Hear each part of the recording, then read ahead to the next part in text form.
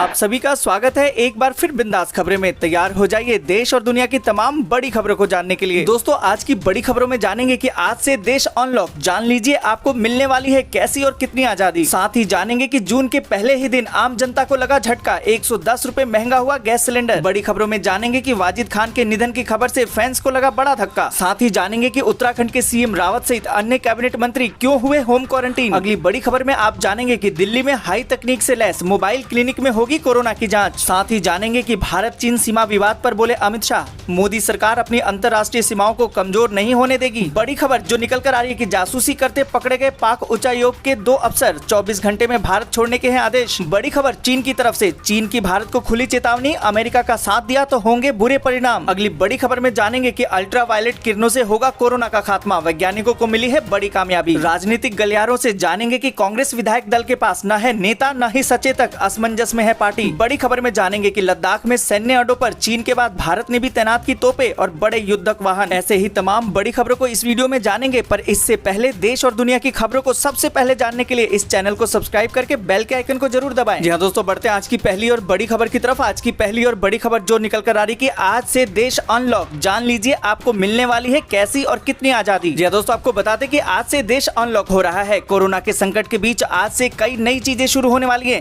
पिछले 68 दिनों से जो देश बंद था वो अब धीरे धीरे पुरानी रंगत में लौटेगा। दोस्तों, आपको बता दें कि अनलॉक 1 के लिए देश के गाइडलाइंस जारी करने के बाद राज्यों ने भी गाइडलाइंस जारी कर दी है। उत्तर प्रदेश में आज से एक जिले से दूसरे जिले में आवाजाही आसान हो जाएगी। यूपी में बड़े बदलाव 8 जून के बाद से शुरू हो जाएंगे। करीबन 2.5 महीने तक बंद रहने के बाद आज से आपकी जिंदगी में बहुत कुछ बदलने वाला है। लेकिन सबसे पहले जान लीजिए कि आज से आपको कैसी और कितनी आजादी मिलने वाली है। जी हाँ दोस्तों, आपको बता दें कि आज से आपको एक राज्य से दूसरे राज्य और एक जिले से दूसरे जिले में जाने पर कोई रोक टोक नहीं होगी। आज से ई पास लेने और दिखाने का झंझट भी खत्म हो चुका है। हालांकि कुछ राज्यों और जिलों में इस पर शर्तें लागू हैं। मसलन कि नोएडा और गाजियाबाद के जिला प्रशासन ने दिल्ली यूपी बॉर्डर न खोलने का फैसला किया है। इसका मतलब ये हुआ कि नोएडा से दिल्ली और गाजियाबाद से दिल्ली आने जाने वालों को पहले की तरह ही ई पास दिखाना होगा। नोएडा गाजियाबाद प्रशासन ने दिल्ली में बढ़ते कोरोना केसों के बाद से ये फैसला लिया है। दोस्तों, आपको बता दें कि आज से पटरियों पर 200 ट्रेनें भी दौड़नी शुरू हो गई हैं। आधी रात के बाद 12:10 पर मुंबई के छत्रपति शिवाजी महाराज टर्मिनल से पहली ट्रेन वाराणसी के लिए रवाना भी हो गई। इससे उन लोगों को राहत मिलने जा रही है जो लॉकडाउन की वजह से अपने घर से दूर किसी दूसरे शहर में फंसे हुए थे। मंदिर, मस्जिद, चर्च, गुरुद्वारे खुलने वाले हैं। इसके अलावा होटल, रेस्टोरेंट, शॉपिंग मॉल और हॉस्पिटैलिटी सर्विस से जुड़े हुए सेक्टर 8 जून से खुल जाएंगे। जी हाँ दोस्तों, आपको बता दें कि वहीं metro rail, cinema hall, gym, swimming pool पर ताला लगा रहेगा। इसके अलावा थिएटर, बार, ऑडिटोरियम और अंतर्राष्ट्रीय हवाई उड़ान पर भी रोक जारी रहेगी। शनिवार को केंद्र सरकार ने अनलॉक 1 की गाइडलाइंस जारी की और ये भी बताया कि क्या खुलेगा और क्या बंद रहेगा। केंद्र सरकार ने राज्य सरकारों पर भी ताला खोलने की बड़ी जिम्मेदारी छोड़ी है। रविवार को अलग अलग राज्यों ने अपनी गाइडलाइंस जारी की। उत्तर प्रदेश की योगी सरकार ने अनलॉक 1 में कई सेक्टरों में छूट देने का ऐलान कर दिया है। साथ ही दोस्तों, आपको बता दें कि कर्नाटक, राजस्थान, उत्तर प्रदेश और तेलंगाना समेत कई राज्यों ने गृह मंत्रालय के दिशा निर्देशों के अनुरूप दूसरे राज्यों में आने जाने पर लगी हुई पाबंदी को हटा दिया है। वहीं महाराष्ट्र, तमिलनाडु और पूर्वोत्तर के राज्यों ने भी अंतर्राज्यीय आवाजाही पर रोक बरकरार रखने का फैसला किया है।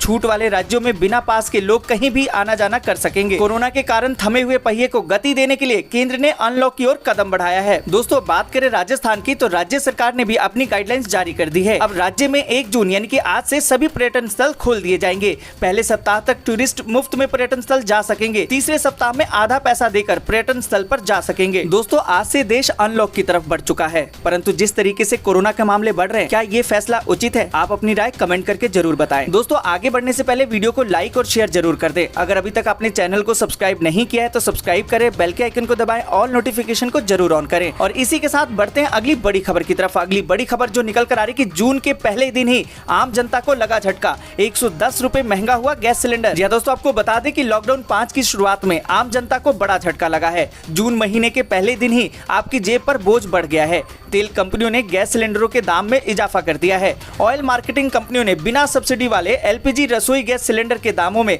12 रुपए प्रति सिलेंडर का इजाफा किया है। इसके बाद दिल्ली वासियों को 14.2 किलोग्राम सिलेंडर खरीदने के लिए 593 रुपए खर्च करने होंगे। वहीं 19 किलोग्राम वाले सिलेंडर का दाम 110 रुपए बढ़ाकर 1139.50 रुपए हो गया है। दोस्तों आपको बता दें कि इंडियन ऑयल कॉर्पोरेशन के मुताबिक अब दिल्ली में 14.2 किलोग्राम वाले गैर सब्सिडाइज रसोई गैस सिलेंडर की कीमत बढ़कर 593 रुपए हो गई है, जो कि मई महीने में 581.50 रुपए थी। वहीं कोलकाता में 616 रुपए और मुंबई में 590 रुपए 50 पैसे, जबकि चेन्नई में 606 रुपए 50 पैसे हो गई है। जी हाँ दोस्तों, बढ़ते हैं अगली बड़ी खबर की तरफ। अगली बड़ी खबर जो निकल कर आ रही है कि वाजिद खान के निधन की खबर से फैंस को लगा है धक्का। जी हाँ दोस्तों, आपको बता दें कि साल 2020 पूरे देश और दुनिया के साथ साथ बॉलीवुड इंडस्ट्री पर कहर बनकर टूटा है। करीबन एक महीने पहले इंडस्ट्री ने अपने दो दिग्गज अभिनेताओं इरफान खान और ऋषि कपूर को खो दिया। अब famous music composer Wajid Khan भी इस दुनिया को हमेशा के लिए छोड़कर चले गए हैं। यानी इंडस्ट्री की फेमस म्यूजिक कंपोजर की जोड़ी साजिद वाजिद की जोड़ी अब टूट गई है। जी हाँ दोस्तों, आपको बता दें कि खबरों की माने तो 42 साल के वाजिद का निधन सोमवार तड़के मुंबई के एक अस्पताल में हुआ। रिपोर्ट में म्यूजिक कंपोजर सलीम मर्चेंट के हवाले से बताया गया कि वाजिद चेंबूर के सुराना अस्पताल में पिछले कुछ दिनों से भर्ती थे, जहां उनकी हालत बिगड़ती चली गई। बताया जा रहा है कि उन्हें किडनी की समस्या थी। कुछ दिन पहले ही उनकी किडनी में संक्रमण का पता चला और उनकी तबीयत बिगड़ती चली गई। पिछले 4 दिनों से वो वेंटिलेटर पर थे। खबरें तो यहाँ तक है कि वाजिद कोरोना वायरस का भी शिकार हो गए थे।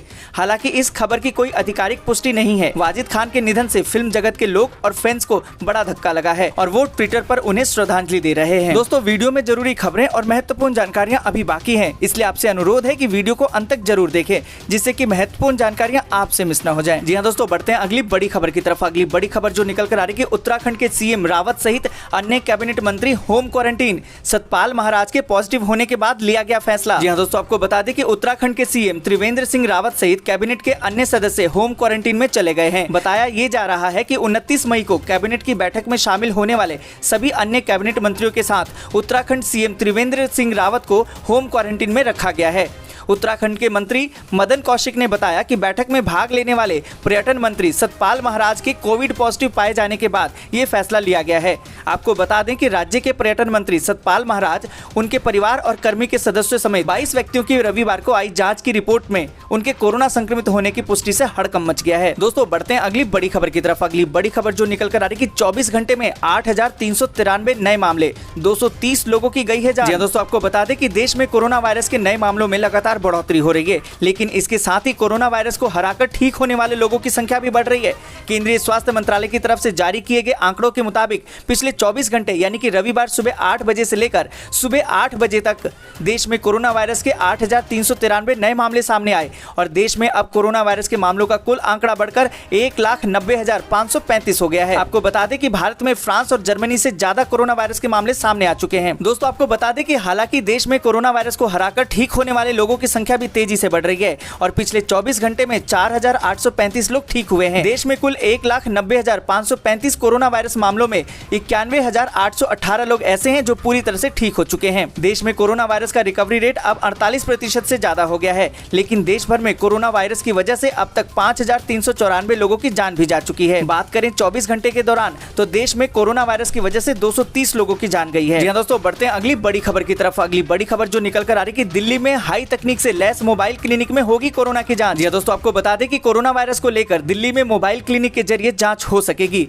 हाई तकनीक से लैस यह मोबाइल क्लिनिक बस सोमवार से दक्षिणी दिल्ली जिला के इलाकों में दौड़ेगी। इसमें एम्बुलेंस की भी व्यवस्था है और एक बार में 3 लोगों को प्रवेश दिया जा सकता है। आपको बता दें कि एक बार में 2 लोग सैंपल दे सकते हैं। सोमवार को दिल्ली के मुख्य सचिव विजय देव ने इसे हरी झंडी दिखाकर रवाना किया। इसमें आर्टिफिशियल इंटेलिजेंस से लैस थर्मल इमरजेंसी कैमरा, पैराबैंगनी किरणों के जरिए इस बस में संक्रमण को बेअसर करने की क्षमता भी है। जी हाँ दोस्तों, बढ़ते हैं अगली बड़ी खबर की तरफ। अगली बड़ी खबर जो निकल कर आ रही है कि भारत चीन सीमा विवाद पर बोले अमित शाह, मोदी सरकार अपनी अंतरराष्ट्रीय सीमाओं को कमजोर नहीं होने देगी। जी हाँ दोस्तों, आपको बता दें कि भारत चीन सीमा विवाद को लेकर एक बार फिर से आमने सामने है। इस बीच रविवार को केंद्रीय गृह मंत्री अमित शाह ने कहा कि वर्तमान में सीमा विवाद को लेकर चीन के साथ कूटनीतिक और सैन्य स्तरीय संवाद चल रहा है और उम्मीद है कि इस मुद्दे को सुलझा लिया जाएगा। साथ ही पाकिस्तान को स्पष्ट चेतावनी देते हुए शाह ने कहा कि भारत अपनी सीमा में किसी भी तरह का उल्लंघन पाकिस्तान बर्दाश्त नहीं करेगा। अगर ऐसा होता है तो इस तरह के कदमों के कड़े जवाब दिए जाएंगे। दोस्तों आपको बता दें कि रिपब्लिक भारत टीवी के साथ बातचीत में उन्होंने कहा कि चीन के साथ सीमा विवाद के हल के लिए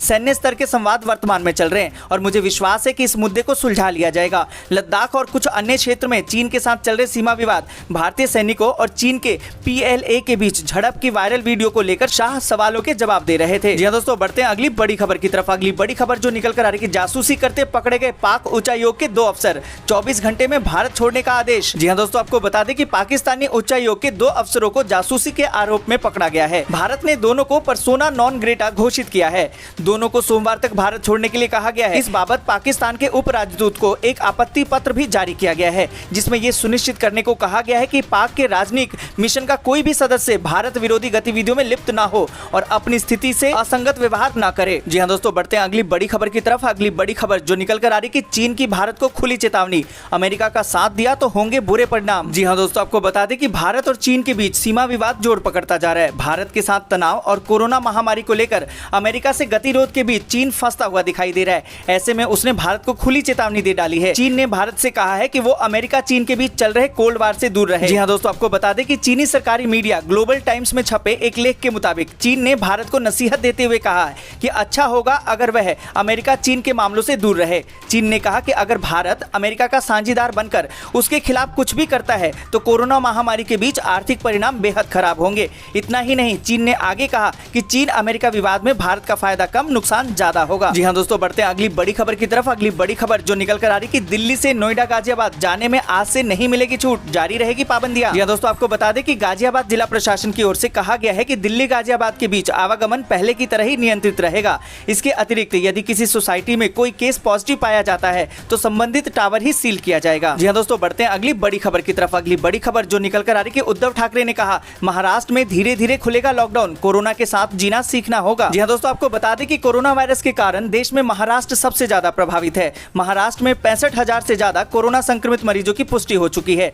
वहीं ये आंकड़ा लगातार बढ़ता ही जा रहा है। इस बीच महाराष्ट्र के मुख्यमंत्री उद्धव ठाकरे का कहना है कि हम लॉकडाउन को धीरे धीरे खोल रहे हैं और कुछ समय के लिए हमें कोरोना के साथ ही जीना सीखना होगा। जी हां दोस्तों, बढ़ते हैं अगली बड़ी खबर की तरफ। अगली बड़ी खबर जो निकल कर आ रही कि रेमंड मैग्सेसे विजेता सोनम वांगचुक बोले सभी भारतीयों को अपने वॉलेट से करना है चीन से मुकाबला। जी हां दोस्तों, आपको बता दें कि लद्दाख में भारत चीन सैनिकों में तनातनी के बीच रेमंड मैग्सेसे अवार्ड विजेता सोनम वांगचुक ने चीनी सामान के बहिष्कार का मंत्र दोहराया है। उन्होंने कहा कि चीन के खिलाफ जंग में हर भारतीय एक सिपाही है और सबको मिलकर अपने वॉलेट से चीन से मुकाबला करना है। रविवार को जारी दूसरे वीडियो में उन्होंने साफ कहा कि हमारी चीनी लोगों से कोई दुश्मनी नहीं है, हम वहाँ की सत्ता की विस्तारवादी और शोषण पर आधारित व्यवस्था का विरोध कर रहे हैं। दोस्तों, अब समय आ गया है चीन को मुंहतोड़ जवाब देने का। दोस्तों, अगर आप भी किसी चीनी सामान का इस्तेमाल करते हैं तो आप उसका बहिष्कार करें और इसके बारे में कमेंट करके हमें जरूर बताएं। जी हां दोस्तों, बढ़ते हैं अगली बड़ी खबर की तरफ। अगली बड़ी खबर जो निकल कर आ रही कि अल्ट्रा वायलेट किरणों से होगा कोरोना का खात्मा, वैज्ञानिकों को मिली है बड़ी कामयाबी। जी हां दोस्तों, आपको बता दें कि कोरोना वायरस के इलाज खोजने में जुटे वैज्ञानिकों को एक बड़ी कामयाबी हाथ लगी है। वैज्ञानिकों ने एक स्टडी के जरिए यह दिखाया है कि कोरोना वायरस को पैराबैंगनी किरणों के संपर्क में लाया जाता है तो ये प्लाज्मा में वायरस की मात्रा को कम करते हैं। यह एक ऐसी कामयाबी है जिससे कि वायरस के प्रसार को घटाने में मदद मिलेगी। जी हां दोस्तों, बढ़ते हैं अगली बड़ी खबर की तरफ। अगली बड़ी खबर जो निकल कर आ रही है कि जुलाई में मानसून सत्र, कांग्रेस विधायक दल के पास न नेता न ही सचेतक, असमंजस में है पार्टी। जी हां दोस्तों, आपको बता दें कि एक तरफ भाजपा 2 महीने में तीसरी बार मंत्रिमंडल विस्तार करने जा रही है, दूसरी तरफ कांग्रेस अपने विधायकों में से विपक्ष का नेता, उपनेता, मुख्य सचेतक और सचेतक जैसे पदों के लिए उपयुक्त व्यक्ति का चयन नहीं कर पा रही है। पूर्व मुख्यमंत्री कमलनाथ नेता की तरह काम तो कर रहे हैं, लेकिन विधानसभा सचिवालय में अधिकृत रूप से लिखित सूचना देने को लेकर पार्टी पशुपेश में है। जी हां दोस्तों, बढ़ते हैं अगली बड़ी खबर की तरफ। अगली बड़ी खबर जो निकल कर आ रही कि चीन को पस्त करने के लिए अमेरिका ने तैयार की है रणनीति, भारत से प्रगट होगी दोस्ती। जी हां दोस्तों, आपको बता दें कि विकसित देशों के समूह G7 में भारत को शामिल करने के संकेत के बाद अमेरिका ने रविवार को कहा कि चीनी सैन्य क्षमता से उत्पन्न खतरों के मद्देनजर अमेरिका भारत सहित दुनिया के कई मुल्कों के साथ साझेदारी कर सकता है। अमेरिकी विदेश मंत्री माइक पोम्पियो ने कहा कि चीनी की सैन्य चुनौतियों से निपटने के लिए व्हाइट हाउस इस रणनीति पर विचार कर रहा है। आपको बता दें कि अमेरिका उन देशों के साथ अपनी मैत्री को प्रकट करना चाहता है जो चीन की साम्राज्यवादी नीतियों से खफा हैं। उन्होंने कहा कि इस क्षेत्र में हम भारत के साथ ऑस्ट्रेलिया, दक्षिण कोरिया और जापान के साथ और सहयोग बढ़ा सकते हैं। जी दोस्तों, बढ़ते हैं अगली बड़ी खबर की तरफ। अगली बड़ी खबर जो निकल कर आ रही है कि लद्दाख में सैन्य अड्डों पर चीन के बाद भारत ने भी तैनात की तोपें और बड़े युद्धक वाहन। दोस्तों, आपको बता दें कि भारत और चीन की सेनाएं तोपों और टैंकों समेत भारी हथियारों और युद्धक उपकरणों का पूर्वी लद्दाख लद्दाख के विवादित क्षेत्र के नजदीक सैन्य अड्डों पर जमवाड़ा कर रही है। दोनों देशों में पिछले 25 दिनों से जारी तनातनी के बीच जमा किए जा रहे हथियारों से लद्दाख के युद्ध का मैदान बनने की आशंका बढ़ती जा रही है। दोस्तों आज के लिए बस इतना ही। वीडियो को लाइक और शेयर जरूर कर दें। अगर अभी तक आपने चैनल को सब्सक्राइब नहीं किया है तो सब्सक्राइब करें, बेल के आइकन को दबाएं और नोटिफिकेशन को जरूर ऑन करें।